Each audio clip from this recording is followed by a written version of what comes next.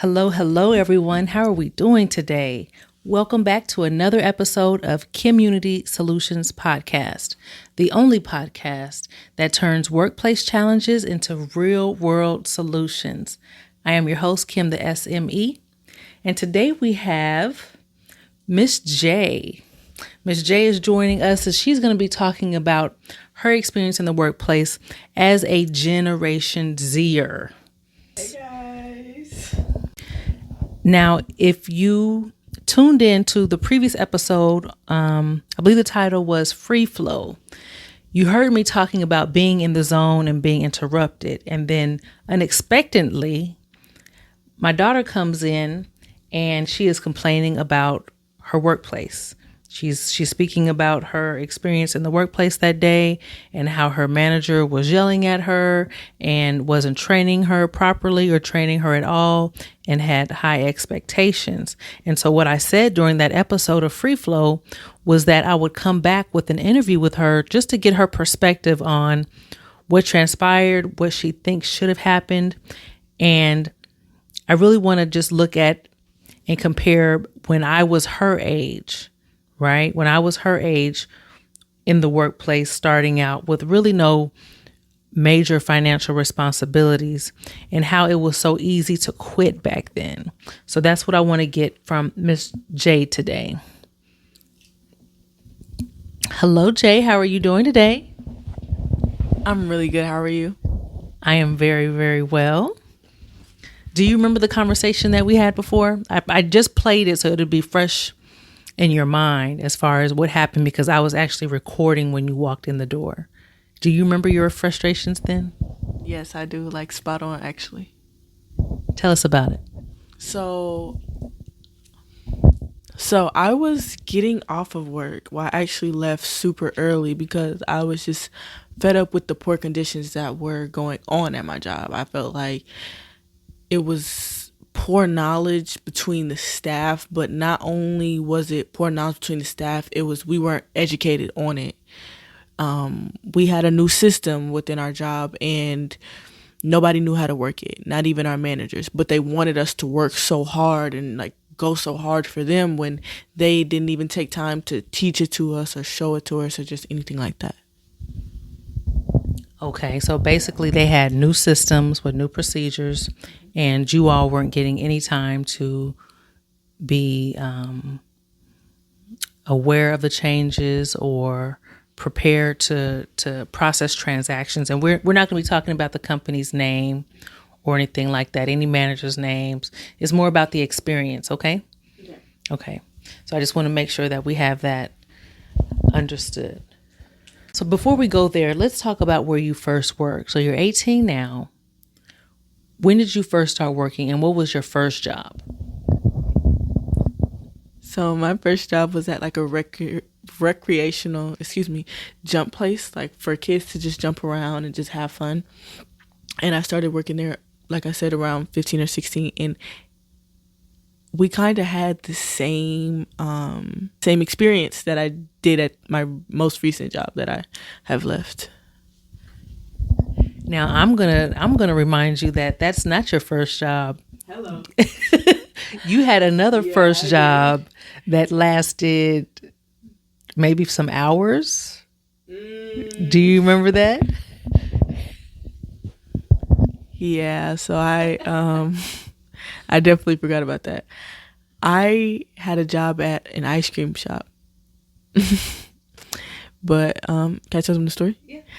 So I had a job at an ice cream shop and I was working in, again, oh my gosh, 3 jobs that I have poor experience at. But the lady that was training me, she didn't really train me. She just let me read the directions and do it on my own. And me, I'm a visual learner. So I have to see what you're doing. I have to see it a couple times to embed it in my brain cells to know like this is the right thing. This is what I'm supposed to be doing. This is how I'm supposed to look. She did not do that.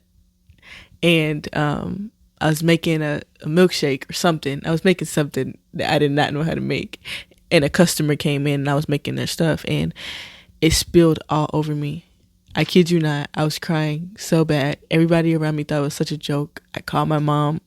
She thought it was so funny. My sister thought it was so funny. I was literally I had milkshake all over my clothes. It was the most horrific thing you'd probably ever see.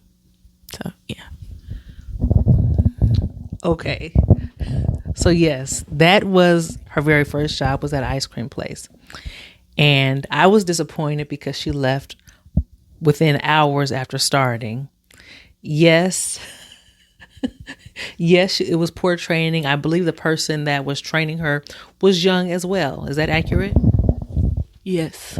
Okay, so you can't really have that many you can't have high expectations of someone who is about her age as well. There should have been someone there who was more knowledgeable and able to train to set them up for success, And that was not the case, but she did call me. She did ask me to come get her. I did do it.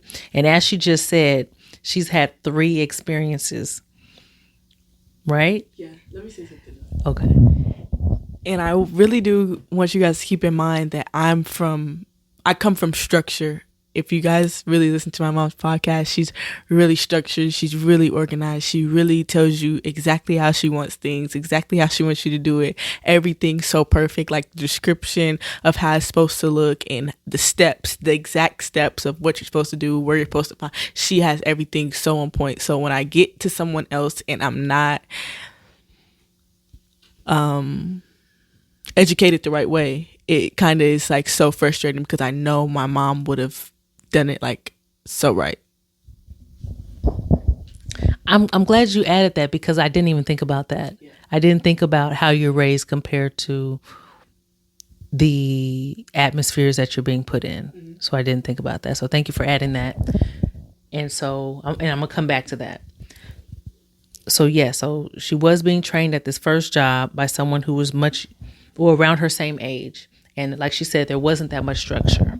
And so I was a little upset because she wanted to leave because she had her clothes messed up. Right. And so this is a whole nother generation, but I can only imagine if that was me, I would have asked for another change of clothes. I wouldn't have said I'm coming home and I'm never going back. Okay. So that's number 1. This is, I don't even know what generation I am. I'm not millennial. I don't know, but it's my generation compared to, I'm X? Okay. How do you know I'm X? Okay, so I'm Generation X. She's Generation Z. So then she went over to the jump place and she mentioned that she's had 3 positions where the structure was not all that. The training wasn't up to par. And like she just mentioned, which was a great point, is that she is structured at home. There are rules and regulations up in this household. I have high expectations. I have, yes, you nailed that. You did nail that. And it is good to know that she operates well with that and she takes instruction well. My concern is that when there is no instruction,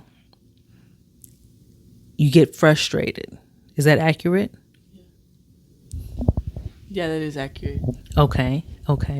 And I'm all about problem solving. So I would say that instead of getting frustrated, we have to get to the root of it. We have to ask more questions, which is what she said she did. But it's also up to the trainer or the manager to provide what is missing. And so that is where the gap is. This is somebody who is actually trying to succeed in the position that she's in, and she's unable to do so with the current circumstances. So now tell me this. So after this position that you had jumping, then you had a serving position. What is the difference between, you're always people facing, correct? You're always serving someone, whether it is birthday parties or ice cream and now food. Tell me about the first restaurant experience that you had as far as management. Was that better?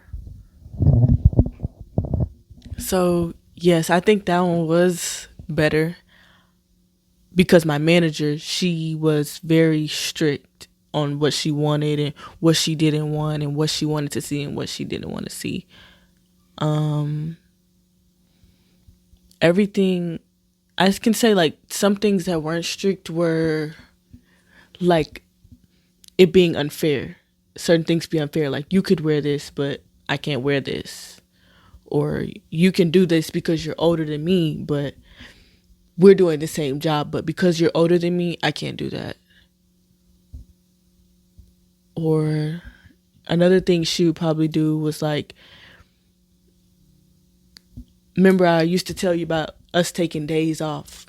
If you didn't take off in a certain amount of time, or no, you had 2 weeks to take off. And yes, you had to do advance notice, 2 weeks advance notice. Me and my sister did advance notice one time, and she was like, yes, you did advance notice, but you were the last 2 people to do advance notice. So because you were the last 2 people, you're not able to go where you want to go because you have to be here because you were the last 2 people. And it wasn't even that we were the last 2 people. It was because the other 2 workers before us were shift leads. So they have, what's the word I'm looking for? Like priority. Yes, seniority. So. Okay, so she definitely, and then you were also promoted in that position as well. 3 times. Okay, go ahead now. So it's not that my daughter is not a hard worker. She is very diligent, but I'm really just trying to get understanding of this new generation. And she, of course, she doesn't represent everyone in Gen X or Gen Z, right? But she just spoke about fairness and favoritism. And even as grown adults, we experience that in the workplace, where some people are allowed to do things. We see that some people are allowed to take off and others aren't. Or even as far as dress code, some people are allowed to get away with wearing way less than other people. And it is more noticeable if you are more shapely and all of that. But there is favoritism. And for her to be this young and already seeing that, we are seeing that changes do need to be made, right? And I do have to put out there that at this certain particular job, I was the youngest one working there. I was the youngest. And it had to be about like 20 of us. And I worked there for 3 years. And the reason that you left, it wasn't due to training, right? For which job? For this latest one they were talking about, your first serving position. Yes, the reason that I didn't leave wasn't because of... Right. So that business basically closed. And so what I want you all to see is that regardless of age, we are all experiencing many of the same challenges in the workplace. And what I offer is to come in and enhance that experience, whether it's through workshop facilitation, leadership training, process optimization, or one-on-one or group conversations, because there is a disconnect. There's a disconnect between leadership and the staff. There is a disconnect in tone and what's expected and training and what is being received and understood. And so once we get that dialed in and tuned in, that automatically improves corporate culture, the workplace culture. And my whole thing is that when we resolve those challenges in the workplace, we're able to resolve them outside of it. That energy, that positive energy that we have, that we are experiencing in the workplace, it transcends to our vendors, our customers. When we get home, we're not stressed with our family, right? And then it affects our communities and the public places that we're going. So once we address and identify those root challenges that's in the workplace, it creates positive impact worldwide. And so that's what I want you all to really see and to hear from different perspectives, because again, it's all about different perspectives. We all have different experiences, and again, so I am Kim the SME, and so I'm speaking from my experiences. And so what she is going through right now, what Jay is going through right now, is exactly why I do what I do, because we shouldn't have to, we spend far too much time in the workplace to be unhappy like that. And it's unnecessarily so. So one of the solutions would be for companies, regardless of size, to have SOPs. And SOPs are standard operating procedures, where everything is written out step by step on how to do certain tasks. And it should be all of the tasks. And there are many platforms and many types of software that you can actually, especially if it's computer related, you can record it as you do it. And so that helps with creating your procedures. The other challenge is communication, tone, understanding, following policies. Everyone needs to be brought up to speed on what's acceptable and what is not, so that it is fair and that there is, no favoritism. And sometimes it's not even known. It's not intentional every single time. But it's the people that are impacted that feel it the most. Now, going back to the very beginning when Ms. J was talking about training, and if you go back to the previous episode of Free Flow, you'll hear her speak about she was frustrated because she didn't understand how to create the transactions.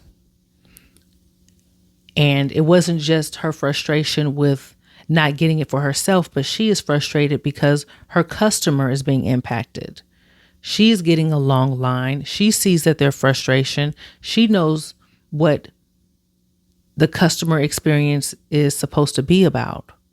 And so if she understands that at 18, why doesn't a manager who is maybe 2 times her age doesn't understand or don't care? So we really need to, again, bridge that gap between leadership and employees, because it's not just the employees who are being frustrated. That is always being passed down to the customers or passed down to the vendors. And you're wondering why you're not experiencing return customers.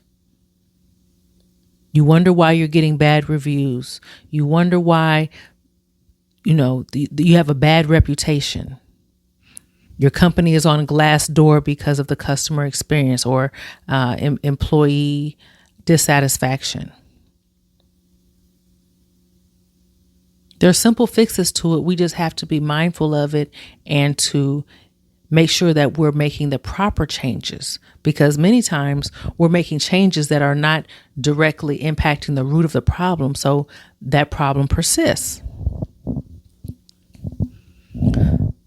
So now you have another position. Now, I will say I know you've had more jobs than I have at your age.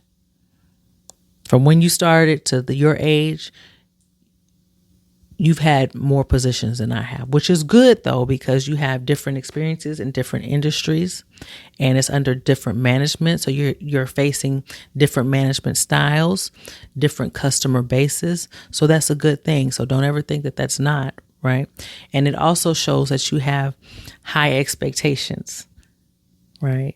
And I remember growing up all my life, your grandfather always taught me to, move up the corporate ladder and then, become the CEO. And then after going to college and getting a degree and then moving up the corporate ladder, or let me say. Oh, and what degree do you have? Accounting, bachelor's in accounting. Who? Bachelor's in accounting. Oh, okay. And so I got into corporate America, and all of the visions that I had of being in there, they started to fade away because I could see it's not what I expected. Now, I'm not putting that experience on you. I don't want you to think that's going to be your expectation if that's the route that you choose. I know many people who are very happy with their management, their organization, and their whole entire experience, right? So this experience that I've experienced and some of what you've experienced is not everyone's experience. Or they just chalk it up to as a check and they put up with it. And you were not raised like that, right? I definitely wasn't raised like that, but I was expected to move up the corporate ladder. But being that I've had this experience now, I see that many managers are not leaders, and there's a difference. Do you understand what I'm saying by that? Yes. What do you think that means? Many managers, being a manager is not a leader. Just because you've got the position of managing doesn't mean that you have the qualities of leading others. Absolutely. Absolutely. That is exactly what that is. That's very well said. And so that's what I realized. And sometimes when I teach you to be the problem solver and not just say that there's an issue, but also come up with a solution, some managers get intimidated by you coming up with a solution. They don't want you to do that. They want you to basically stay in your place. They want you to just do as you're told. But sometimes doing as you're told can either, negate your own morals and principles, right? Or it can cost you more time, more energy.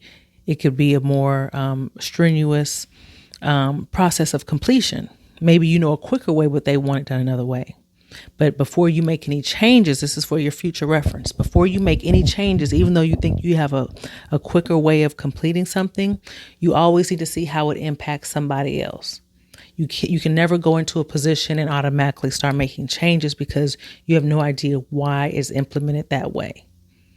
Okay, so I just wanted you to know that. But this is exactly why I do what I do, is because I'm an observer. Would you say I'm an introvert or extrovert? An introvert. Okay, and why do you say that? Because she's just like me. She doesn't really like to talk or say anything, but when it comes time to, she will stand up for herself and she will stand up for others when she knows that things aren't going the right way or not how it's supposed to go. Yes, I would agree with most of that. Yes, I speak, but it's always of substance. So I don't like small talk. I really want it to be about something. I want it to be challenging. I want it to be thought-provoking. I want it to be about something. I just don't like idle words. And that's the structure I'm talking about. I grew up on, like, very, very structured. And I have my own little talk going on over here on my side. But I just want to let everybody know that my mom really, I really grew up on, like, knowing, well, she really taught me everything, like knowing when to do things, when not to do things, knowing when to speak and when not to speak, or knowing when, like, I don't know, she's full of gems. I could tell you guys that. My mom, like, you guys probably don't see it on the podcast, but she has some, like, she's so wise. She's very wise, and she, like she says, she does, like, she speaks of substance. So when you guys hear me talk and things like that, I know I really don't like to talk, but I really do speak of substance because my mom's so structured and organized, and she wants you to think before you speak, and she doesn't want you to just go on action, or she really wants you to come back with a plan and how you're going to do it and break it down to her. So she's really, That is accurate. I'm glad she's showing some appreciation for that, because it's been years that it's caused her more frustration than anything. She's not always been thankful for my ways. So I do appreciate that. But that's also how I was raised too. I am an only child. If this is your first time tuning in, welcome. I am an only child, and both of my parents worked, so it was up to me to take care of everything. And so I applied what I did for me to my children, and that didn't always work because I was self-motivated. I would research even way before Google and laptops and all of that. Especially when I'm speaking about, like, going to college. Like, that was just something, especially after watching the Cosby Show with the black colleges on the sweatshirts and all of that. That was my destination. I knew that after high school was college. Like, there wasn't anything else. That was the next thing. Just like how after junior high was high school, right? And after high school was college. And so I was proactive in finding something. I was proactive in meeting the deadlines. But when it came to my children, I'm expecting them to do that, but they actually needed more assistance. And they also, and I will give them credit, is that they also had more options. So as you know now, not everyone's going to college. There's YouTube University, which I totally respect, because that is how I even started this podcast, right? So getting back to being in corporate and doing what I do, I'm doing this to help those that come behind me. I am doing this because it's needed. I am doing this because there's a relationship, there's a commonality between how we get along in the workplace and how we do outside of it. If we can get along with people from different genders, different backgrounds, different race, religion, demographics, all of that, if we can do that in the workplace, we should be able to do that outside of it. And so that is the ultimate goal. So KimUnity Solutions is more than a business. It's more than business coaching. It is more than empowerment. It's a movement. It is a movement. And so I'm thankful for Miss J for coming in and sharing her experience and sharing her knowledge. And in no way is this to put a negative light or any kind of light on a specific generation or on my child or anything like that. This is for you to have a different perspective other than mine and from a different generation, because what they're facing is not what I was facing. And so now she's at another position, right? And again, and she's also a student. So she is taking on these positions as seasonal, as part-time positions when available. And as we all know, people are getting laid off left and right. And so, matter of fact, she may have broken the record on the youngest person to get laid off, because she was laid off at, what age was it? I was laid off at the age of 17. Okay, at the age of 17. Laid off at the age of 17. And she was devastated. She was devastated. And I'm over here trying to tell her, well, at least you don't have, these huge responsibilities. Unlike other people, they have children, they have families, they have mortgages, they have car notes. And I have brought her up in a way to be proactive in her saving, be mindful in her spending, and to not take on unnecessary debt. So yes, she was impacted, but it was more emotionally than it was financially. Okay. And I'm trying to think what else. She also spoke about being a visual learner. So if you are out there and you are a manager, if you are a leader, it's important that you are speaking to and you are leading and teaching different types of learners. There's visual learners. There's people who need to actually see what's going on first. There's people that need to do it. They need to have hands-on experience. Some people need the combination of them both. Okay, so I always make sure that I incorporate all of them, and I ask. I am very upfront with, okay, what is your best way of learning? Okay, we'll do it this way, then we'll do it this way, and then we'll do it this way. So you're getting it all the way and you're getting trained. And for businesses who are improving their processes, improving their procedures is very important, especially if you want return customers, if you want your bottom line to be positively impacted, that they have the proper training. Because there's nothing worse than going somewhere that you think is going to be an in and out experience and it being way longer. The customers are taking on the frustration of the employees and vice versa. And then they don't return because it was such a hassle. And maybe if it's not your store, maybe another franchise. So it's so important to be mindful of others and their experiences. It is also important to treat people how you want to be treated. Because in that episode of Free Flow, Miss J was talking about how the manager was yelling at her.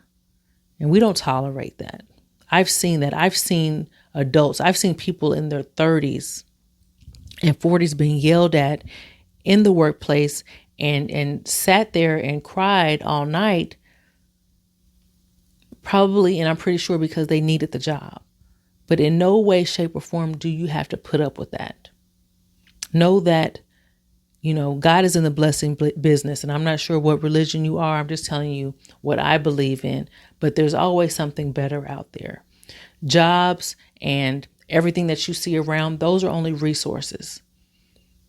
There is a single source, okay, that provides everything that we need. Is there anything that you want to share that you have learned from your experiences or that you want to change going forward? Something that I've taken in from all the jobs that I've worked previously is not everybody has the same teaching style. Although I may have the same learning style with everybody, I may want to learn the exact same way as all these managers I come across. Not everybody has the same teaching style. And that's where I always think about what you say, and you have to adjust and you have to know how to move different with different people. Like right now, for example, my manager, he's super jolly. Like he's super just filled with life. It feels like he's just so up on 10 every day, and I'm not. But I have to be okay, hey, okay, we at work, y'all, we at work, and I gotta turn up because that's how he is. But that's how he wants his staff to be. He don't want y'all to be. Of course, this is a job, and you are getting here to be paid. He actually cares about, hey, what you do this weekend? What do you want to Did you or share it with me? Or some jobs, it's literally get straight to work. I cannot be upset because you didn't ask me about how was my day or what do I do outside of this. Some people don't really care. They want you to do the job that they pay you to do, and you get out of there. You do what you're supposed to do, and you literally get out of there. But I realized that, although I'm so young, and at pretty much every job I am the youngest person working there, one thing that I can say is that at every job you do go to, it's so many beautiful people out here. It's so many beautiful people with so much life, and they're from all walks of life, and you can meet somebody, you can really learn so much from somebody. I know that doesn't really pertain to the topic, but don't just go in like I would, because I don't really like to talk, and I have this thing where I stutter when I talk to other people. But some people, they just want you to come as you are, just for your job. And even if you don't feel like work, are you having a bad day? You can go home if you want to. I get it. Some we're not always gonna have a good day, and some people really understand. So it's not every time you do go to a new job, don't feel like you have to be so boxed in, and you don't want your job or your family to know you. Because the job that I worked at for 3 years, I'm at 2 a.m. and I do the same thing on Sunday, and my mom be like, "It's time for you guys to come home," but it started not feeling like work. It really started not to feel like work. And then when my mom came up there, she had a good time too. And of course it wasn't her job, but just understanding the family vibe, and this is how your job's supposed to look. Although that the conditions weren't that good, and we did go through something just like every other job does, but they made it worth your while you were there. Thank you for adding that. You brought up some excellent points. And what I want to ask you now is it important for management or leadership to ask you if you're having a good day, if you're feeling okay? Is that important? Is that something that you want to share as an employee? I personally think that all your managers should care about what you do outside of here, because at the end of the day, we all have a life. Life is so real, and the more you get older, you realize that not every day I'm gonna have a good day, or not every day I'm gonna come in here and have a good attitude. And sometimes you can know my why. Not every time, because we're not that close, but sometimes you can know my why I'm not having a good day, and it's okay that I'm not gonna have a good day today, and maybe you're not. I could tell when all of my managers, by the way, I could tell when they all have attitude, because you just come in on a different mood. But I am so learning to that you're not going to have a good day every day.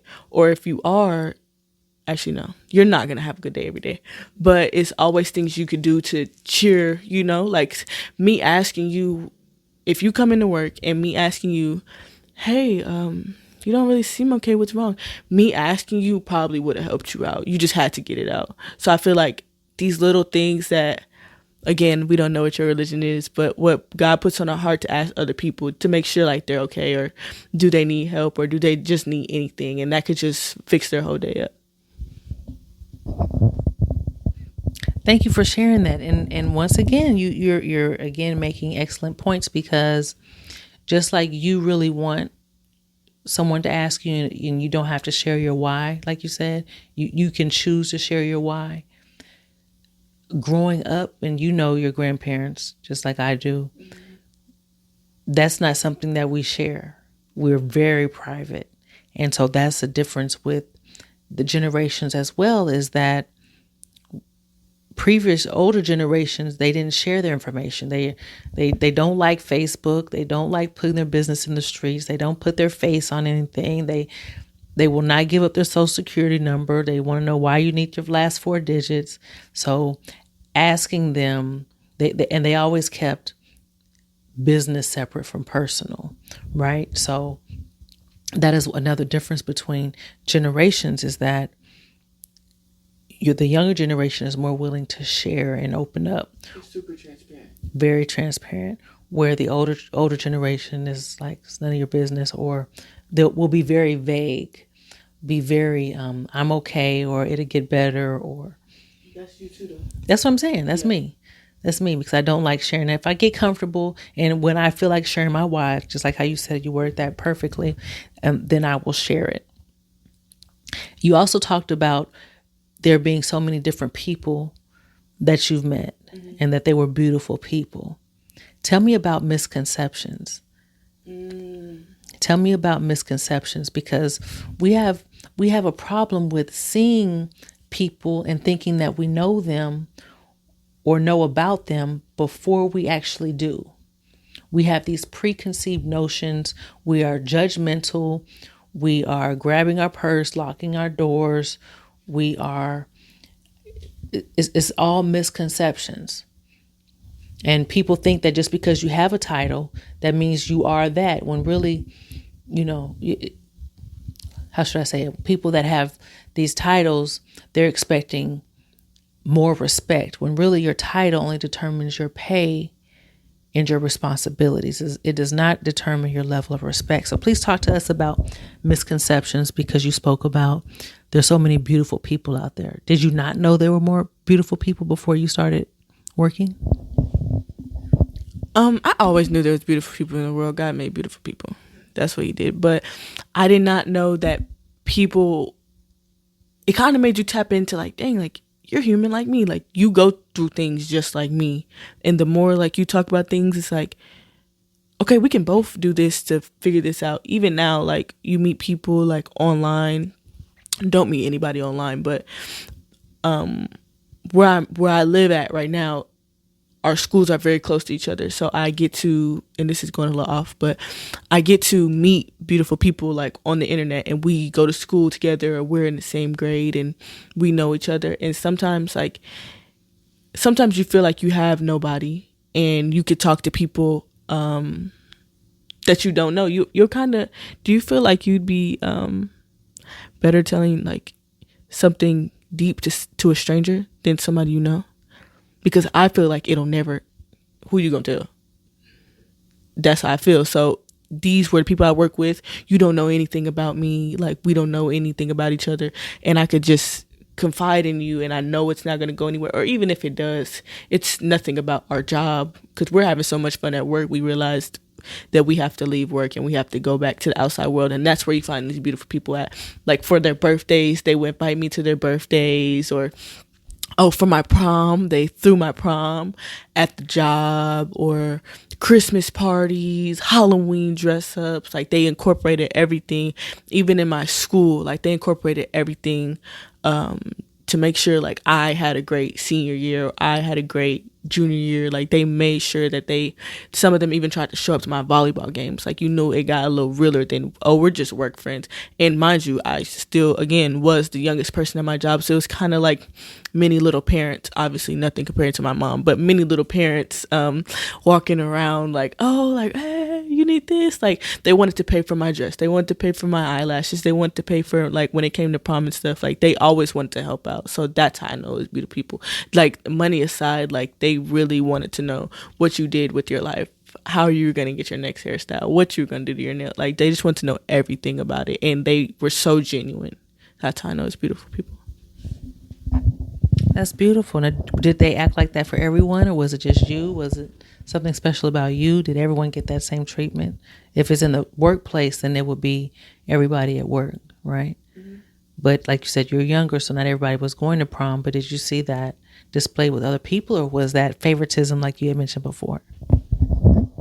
So I, not to boast or anything, but I do feel like I tend to receive a little bit more favoritism anywhere I go. I don't know what that's about, because I really am very to myself. But this job was, again, different. Like everybody cared about everything you were doing. If you had a business, I was going to tap into your business. If you had a business, I was going to tap into your business. We were like all passing like just little thoughts or anything we had around to make them come together as one, and it always blow up into something so big, and it just be like, wow, like we really did that. So back to your question, for this job, I really don't think that favoritism was a little thing, because I was the youngest one there, but collectively as a group, everybody loved each other. Like we all were like made of love, and that's how the job was moving, was on love. And we got into it like we were real siblings. Like we fought, like not like fist fought, but we got into arguments like we were siblings. And then like the next day we come around, figure it out, like how do we get down to the bottom of this? What are we gonna do now? I don't like what you said here, so this is how we're gonna fix it next. That's my child. She's a problem solver. I love it. I love it. One key word that you mentioned was genuine, because when you get to the corporate world, right, they will throw these pizza parties. And this is my experience, speaking from my experience. They throw these pizza parties and birthday parties but employee trips. Do you remember when I used to go like on the boats and the cruises and everything? Yeah. They were fun. Most of them were fun, but many of them were disingenuous. And so it felt as if they would kick you on this day and then bring you pizza the next. Mm-hmm. And so when that starts happening, people don't want to participate in your pizza party because they know that it's disingenuous. So you definitely made an excellent point. And again, it's easy to rectify these things, because many times, there are times when it's intentional, yes, but other times they're not thinking of it. They're not aware of how they actually responded, mm-hmm. right? Because you bring it to them. Exactly, until you bring it to their attention. And just like in family, someone can say something wrong to you and you take it a certain way. Now you have an attitude. You done left the house or the celebration, and the other person has no idea that you were even mad or that they did anything wrong. So communication is vital to all relationships, whether it's personal or professional. So please keep that in mind. I just want to thank you. This was a great interview. I'm glad that you were able to share your experiences with us. I hope that we all have learned something from each other, and that we can apply some type of resolution to our situations. If you feel like someone is acting a little different to you lately, approach them and ask them, is there something going on? Are you okay? Is there something that I did? My door is always open, and mean that. But if you have already blown that door wide open and they already know that you're disingenuous, then you need to call me. You need to call me. We need to get to the bottom of it. And I'm speaking from a human level. This has nothing to do with human resources. This is at the human level. It's about resolving challenges, professionally or personally. I am so glad that you tuned in with us today. I am your host, Kim the SME. As always, I am only speaking from my experience. I want to thank Miss J for joining us today and sharing hers. She has so much more to experience and to share and to solve. And I pray nothing for the best for her and for you all as well. You all have a wonderful, wonderful week. Be sure to share this episode with your teen, your millennial, your Gen, X, Z, Y, and all the above. Until next time, peace and blessings, y'all. Have a blessed one.